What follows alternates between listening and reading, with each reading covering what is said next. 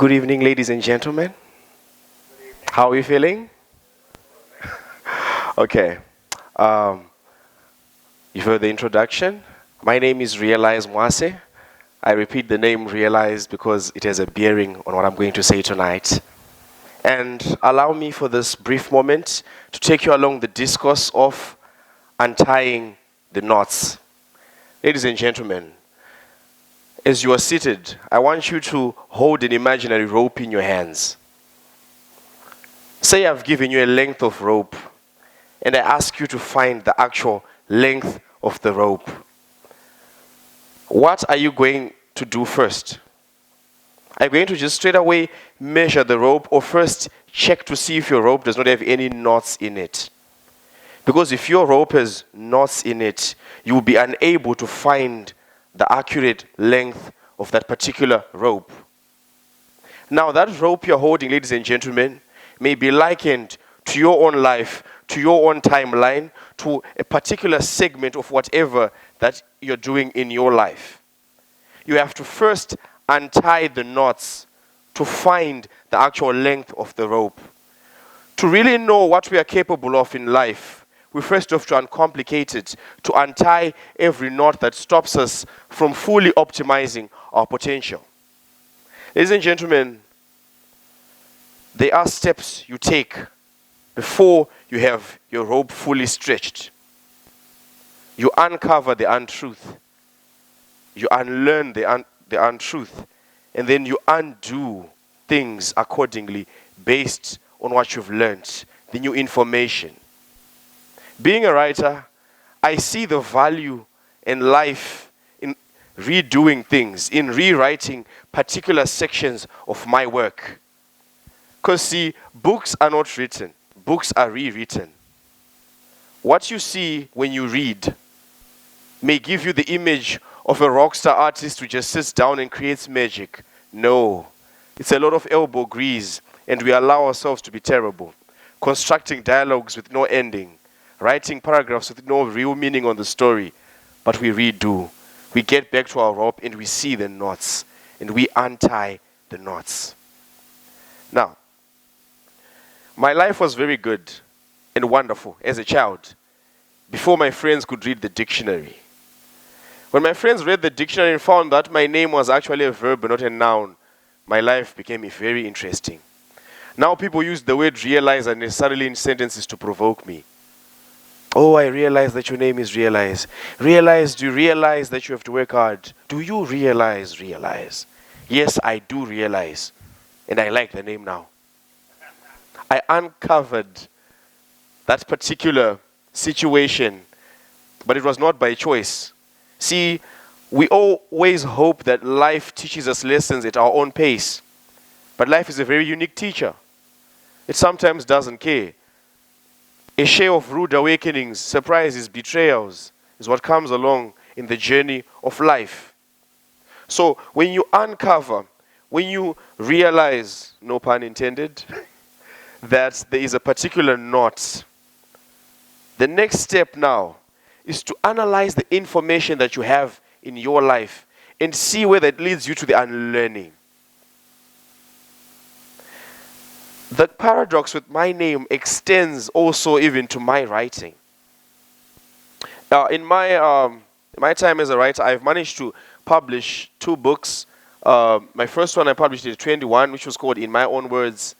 And my latest one came out in September, which is called African Pride.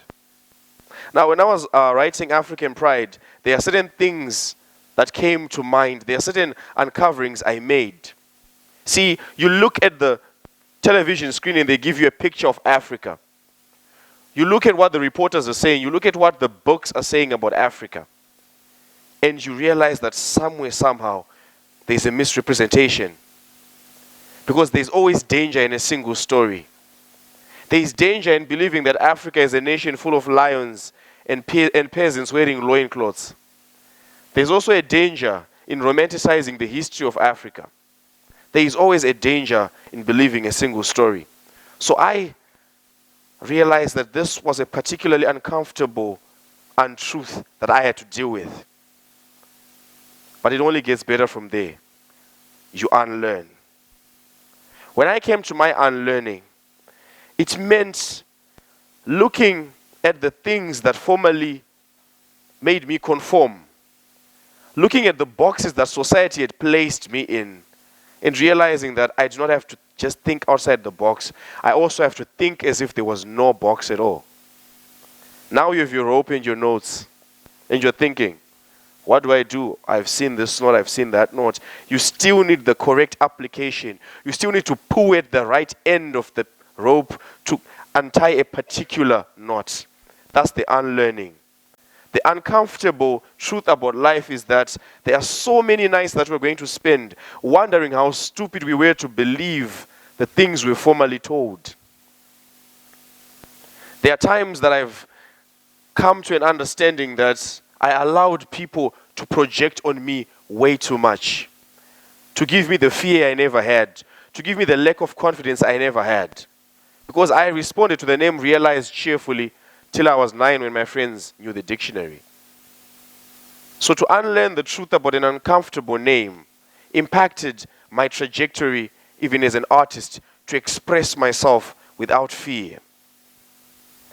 The irony of it all is that I used to stutter at the letter R. I couldn't pronounce the letter R well. So now when someone asks me what my name was, they first laughed at the name being realized and the way I said it. It was a cruel irony of life to be unable to own your own identity.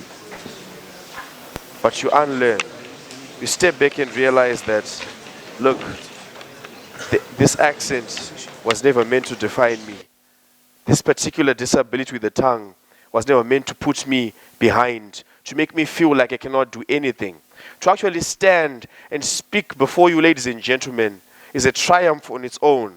For I had to unlearn the untruth that if you could not pronounce a particular word carefully, you couldn't speak before people. And now I realize that yes, I can speak. I can express myself limitlessly. But it was not just enough to unlearn. You unlearn to undo. You unlearn to revisit particular areas. Now you're not just going there with the theory, but with the application of all the information that you've accumulated by yourself as a student of life, to take in new experiences, to add perspective to things that formerly appeared to you as stumbling blocks.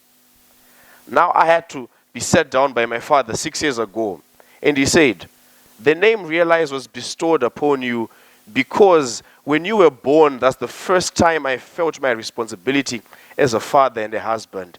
And thus I named you Realize, for I had realized my role in the universe. A beautiful ending to a somewhat ugly duckling story. It's unfortunate. They say don't judge a book by its cover, but people judge people by names. You know, there's a certain way you think about a Justin when you hear about a Justin. Because you know Justin Timberlake and Justin Bieber. So you're not expecting a Justin to be broke or not be very particularly good looking. You have a particular way of judging based on name. So names are very important. And it extends even to the way I expressed myself. Realizing that Africa is bigger than Wakanda. Realizing that Black Panther was not the full definition of Africa. Realizing that a smorgasbord of languages in a movie can never truly capture the eccentricities of Africa and the intricacies and uniqueness of all its various races. So I sat down and I said, I am going to write African Pride.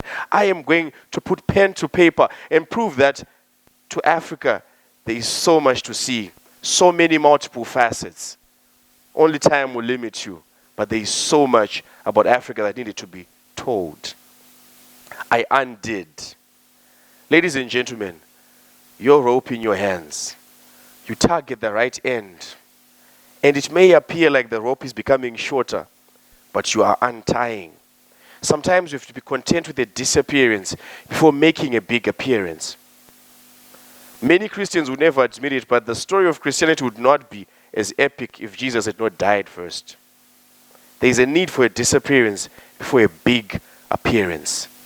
Before I could step up on stages and say, my name is Realize, I had to disappear to books, to learn how to speak, to watch other speakers, and understand that my voice is important. Whether it comes off as cracking or in a weird accent, it still is important. And as you untie your rope, be content with the end getting shorter, understanding that at the end of the day, you will have a longer rope with more to do with it. And when you find the accurate length of the rope, you've found the meaning. For life is suffering, but survival is finding meaning in the suffering. And I shall quote words from the poem I wrote called Dance. Will a man dance with destiny till she tires? Can he seduce the seductress and steal her fire? Can he charge against the words said against him, the eyes zooming on him like drones, the world of clones throwing stones at a man daring to be original? Can he? But even as the lights go off, the dance remains, for in his heart is the music. And thus I say, untie the knot. Thank you.